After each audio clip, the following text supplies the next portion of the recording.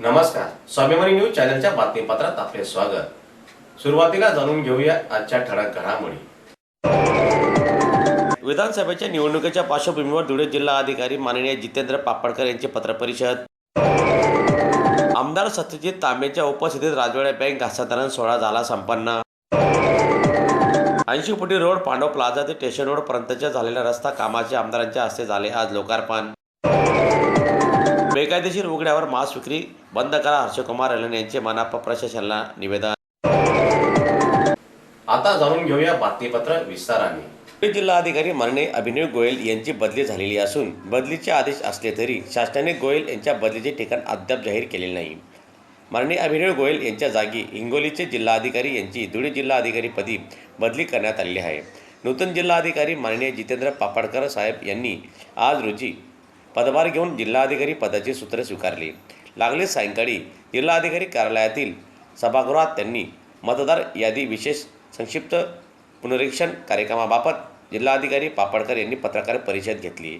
यावेळी धुळे जिल्हा मराठी पत्रकार संघातर्फे जिल्हाधिकारी माननीय जितेंद्र पापडकर यांचं स्वागत करून सत्कार करण्यात आला। दरम्यान या प्रसंगी पत्रकार संघाचे अध्यक्ष तथा सांज दैनिक खानदेश मैदानचे मुख्य संपादक मनोज गर्दे, पत्रकार संघाचे उपाध्यक्ष तथा सांज दैनिक श्रम राज्याचे मुख्य संपादक अतुल पाटील, माजी अध्यक्ष तथा दैनिक लक्ष महाराष्ट्राचे निवासी संपादक रवींद्र इंगळे, माजी अध्यक्ष दैनिक लक्ष महाराष्ट्र आणि मी महाराष्ट्र न्यूज चॅनलचे मुख्य संपादक चंद्रशेखर पाटील, माजी अध्यक्ष तथा दैनिक नवराज्याचे मुख्य संपादक सुनील पाटील, सचिव तथा मी महाराष्ट्र न्यूज चॅनलचे कार्यकारी संपादक सचिन बागुल, प्रांतिक प्रतिनिधी तथा स्वाभिमानी टीव्ही न्यूज चॅनलचे मुख्य संपादक संचालक प्रकाश शिरसाट, कोषाध्यक्ष तथा दैनिक रयतेचा आवाजाचे मुख्य संपादक तुषार बापना, दैनिक एवन न्यूजचे उपसंपादक दीपक शिंदे, आकाश सोनवणे, दीपक वाघ यांच्यासह पत्रकार संघाचे पदाधिकारी सदस्य उपस्थित होते।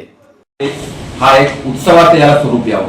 15 ऑगस्ट हा जो आपला स्वातंत्र्य दिन आहे, त्या स्वातंत्र्य दिनाला जशी आपण आपल्याकडे हिंदू संस्कृतीमध्ये आपण गुढी उभारून आपल्याकडे आपण नवीन वर्षाचं आपण स्वागत करतो, तसं 15 ऑगस्टला हा सुमोठो म्हणजे उत्स्फूर्तपणे लोकांनी जनतेने आपापल्या घरावरती हा या मोहिमेचा उद्देश आहे। तो उद्देश देखील या माध्यमातून सफल व्हावा, तोही एक आजच्या या विचित्र त्याचं मूळ कारण ते होतं। तर या 9 ऑगस्ट ते 15 ऑगस्ट या दरम्यान आपण आपल्याकडे जे हर घर तिरंगा अभियानात राबवण्याच्या अनुषंगाने शासनाचे आदेश आहेत, त्याच्यामध्ये वेगवेगळ्या पद्धतीने आपण त्याचं प्लॅनिंग आपण करतो आहोत। 9 ऑगस्टला तिरंगा यात्रा, तिरंगा रन घेता येतो किंवा तिरंगा मॅरेथॉन आहे, सायकल किंवा बाईक रॅली घेता येते किंवा तिरंगा प्रतिज्ञा त्यांनी आपल्याला प्रिस्क्राईब करून दिलेली आहे।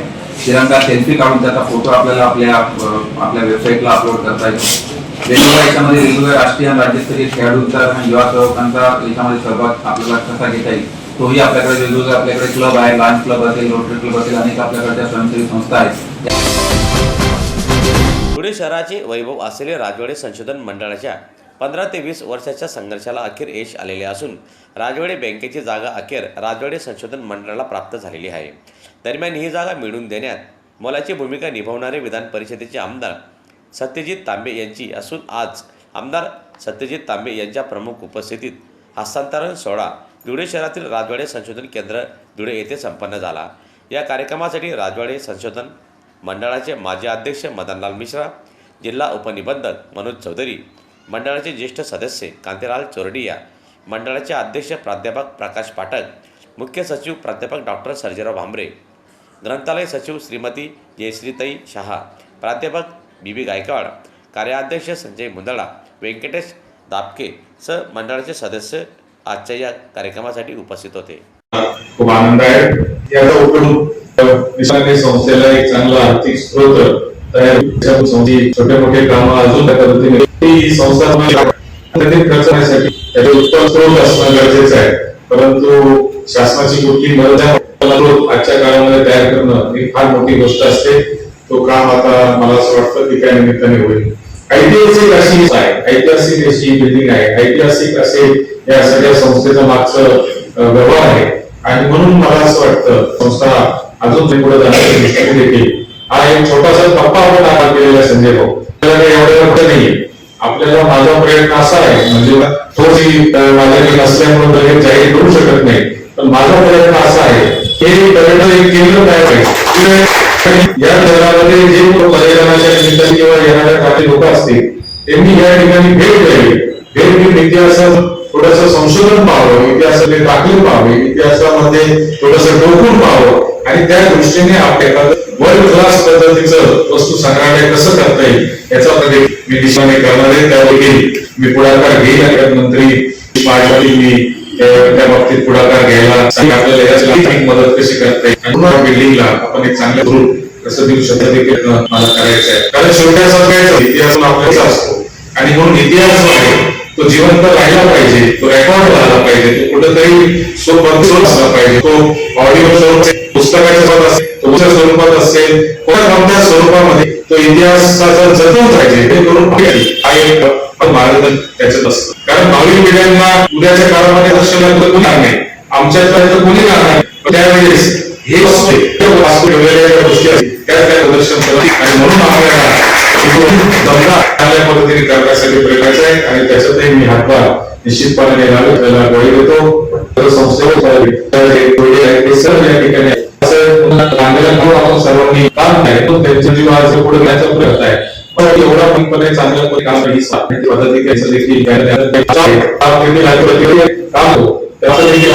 देखील अतिशय जोमाने एवढे म्हणजे महिन्याला 2 पुस्तकं काढणं म्हणजे ही काही सोपी गोष्ट नाही. त्याचा प्रिंटिंगचा खर्च आहे, दिवसाला 2 पुस्तकं काढणं म्हणजे सोपी गोष्ट नाही. त्यामुळे आणि मागण्यात आलं की देशातून करतात आणि त्यातून पब्लिश करतात गोष्ट ही आहे. मला असं वाटतं की त्यालाही अजून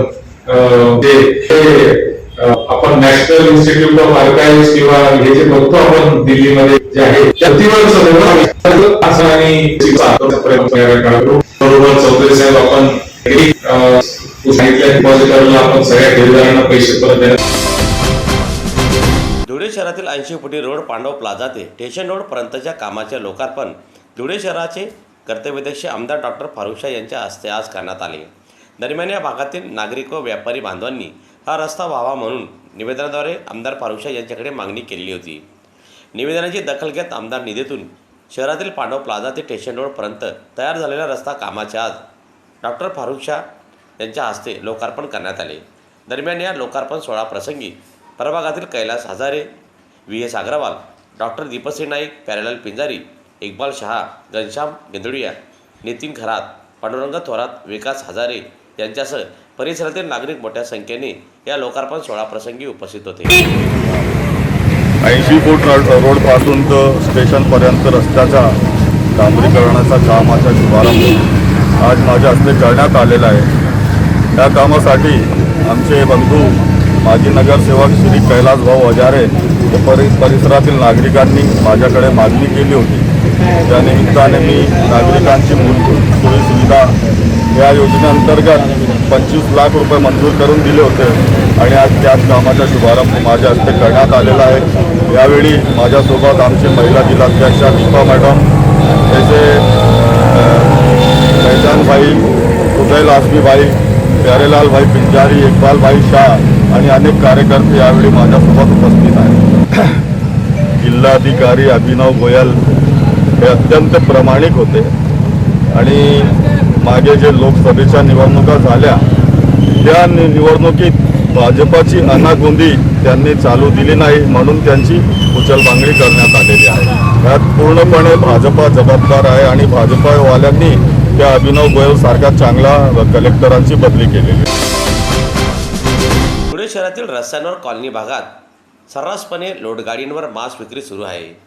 यामुळे शाळकरी मुलांवर याचा विपरीत परिणाम होताना दिसत आहे. शिवाय उघड्यावर होत असलेल्या मांस विक्रीमुळे अस्वच्छता देखील निर्माण झालेली आहे. त्याचप्रमाणे नागरिकांच्या आरोग्याला देखील धोका होण्याची दाट शक्यता नाकारता येत नाही. याबाबत मनपा महासभेत प्रश्न उपस्थित करण्यात आलेला होता, मात्र मनपा प्रशासनाने याकडे आजपर्यंत दुर्लक्ष केले आहे. त्यामुळे धुळे शहरातील Deopur stadium, Gondur road, Moglai Sakri road, Parola road, Malegaon road यासह शहराच्या सर्वच भागांमध्ये उघड्यावर मांस विक्री मोठ्या प्रमाणात सुरू आहे. त्यामुळे बेकायदेशीर उघड्यावर सुरू असलेला मांस विक्री तत्काळ बंद करण्यात यावा अशी मागणी माजी नगरसेवक हर्षकुमार हिरण यांनी केलेली असून त्या संदर्भात आज मनपा प्रशासक तथा आयुक्त अमिता दगडे पाटील मॅडम यांना निवेदन देण्यात आले. काही दिवसापासून धुळे शहरात उघड्यावर मांस विक्री करणारे फार जास्त दिसत आहेत. धुळे शहराच्या कुठल्याही रस्त्यावर आपण जा, आपण स्टेडियम जवळ जा, आपण मोगलाई भागात या, आपण वाडीभोकर रोडला जा, गोंदूळ रोडला जा, मालेगाव रोडला जा, आपण कुठेही गेले, पारोळा रोडला जा, आपण कुठेही गेले, आपल्याला प्रत्येक रस्त्यावर उघड्यावर मांस विक्री करणारे दिसतील. बरं, ते जनावरं पण तिथंच कापतात. त्यामुळे काय होतंय की कुत्र्यांची संख्या फार वाढलेली आहे आणि कुत्रे ते मांस खाऊन हिंसक झालेले आहेत. ते लहान लहान मुलांवर आता आक्रमण करायला निघालेले आहेत. फार मोठी समस्या धुळे शहराकरता झालेली आहे आणि महापालिका प्रशासन नेमकं काय करते तेच आज कळेनासं झालेलं आहे. आज खरं म्हटलं तर लहान मुलांवर फार विपरीत परिणाम होतोय. रस्त्यावर मांस कापला जातोय, लहान लहान मुले शाळेत जातात, शाळेच्या रस्त्यावरनं बघतात ते. मग या निमित्ताने आज मी माननीय कमिशनर मॅडम यांची भेट घेतली आणि त्यांना एक निवेदन दिलेलं आहे. मी जेव्हा नगरसेवक होतो तेव्हा आमच्या काळात आम्ही ही समस्या त्यांना सांगितलेली आहे की शहरात उघड्यावर मांस विक्री का होते. कारण आपल्याकडे 3 सुसज्ज मटन मार्केट आपण महापालिकेच्या खर्चाने बनवलेले आहेत. मग त्यांचे लिलाव का बरं होत नाही. जर आपण मार्केट असून सुद्धा जर त्याचे लिलाव होत नसतील तर मग जे मटनचे व्यावसायिक आहेत ते तर रस्त्यावरच विकतील ना. आपण त्यांना पण कसं दोष देता येईल. मग महापालिका प्रशासन मटन मार्केट असून लाखो रुपये खर्च करून आपण बनवलेले असताना मग महापालिकेचे उत्पन्न बुडत नाहीये का. मग कुठल्या अधिकाऱ्याच्या चुकीमुळे हे सर्व चाललंय. मला तेच हवं आहे की कोणाची तरी आपण जबाबदारी निश्चित करा.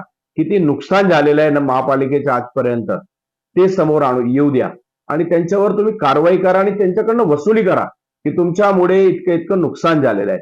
तरच लोकांना कळेल की महापालिका काम करते म्हणून. आज माननीय आयुक्त मॅडम आणि प्रशासक झालेले आहेत त्यांच्या हातात आज नगरपालिकेचे सर्व अधिकार आहेत. त्या अधिकाराचा वापर करून त्यांनी लोकांना न्याय द्यायला हवा. मात्र कुठेतरी कामचुकारपणा होतोय, त्याचं भुर्दंड धुळे शहराच्या सर्व नागरिकांना होतोय. आता मी पुष्कळ देशांचा दौरा केलेला आहे, पुष्कळ देशांना मी फिरत असतो. तिथं जेव्हा बघतो की मटन मार्केट एकदम एअर कंडिशन असतात, स्वच्छ मटन विकलं जातं, मग ते धुळ्यातील लोकांना आपण का देऊ शकत नाही आपल्याकडे सर्व सुविधा असताना. आणि तुम्ही उत्पन्न तुमचं बुडतोय. तुम्ही म्हणता इकडे मालमत्ता कर तुम्ही वाढवून दिला. मालमत्ता कर वाढवला म्हणजे तुम्हाला पैशांची कमतरता आहे. मग तुमचे उत्पन्न वाढत नाही. उत्पन्न वाढीचे मी सतत उत्पन्न वाढीचे तुम्हाला प्रसंग सांगत असतो. मग आपण ते काहीच करत नाही. मग कसं चालेल. हे सर्व कुठेतरी थांबायला पाहिजे. उघड्यावर मांस विक्री मटण विक्री कधीही तुम्ही मजबूर केल्याशिवाय ते लोक इथे बसलेले नाहीत. म्हणून सर्वात अगोदर त्यांची व्यवस्था करा आणि त्याच्यानंतरच आपण त्यांच्यावर काही कारवाई करा. उद्या उठून मी बोललो म्हणून त्यांच्यावर कारवाई करू नका. अगोदर लोकांच्या मानसिकता समजून घ्या. ते पण व्यावसायिकच आहेत. त्यांना तुम्ही अगोदर व्यवस्था करा आणि मग त्यांच्यावर कारवाई करा आणि हे नेहमी करता बंद झालं पाहिजे अशी माझी आजची मागणी. याचबरोबर स्वाभिमानी न्यूज चॅनलचे बातमीपत्र संपले. पुन्हा भेटूया पुढील प्रसारणात. तोपर्यंत नमस्कार.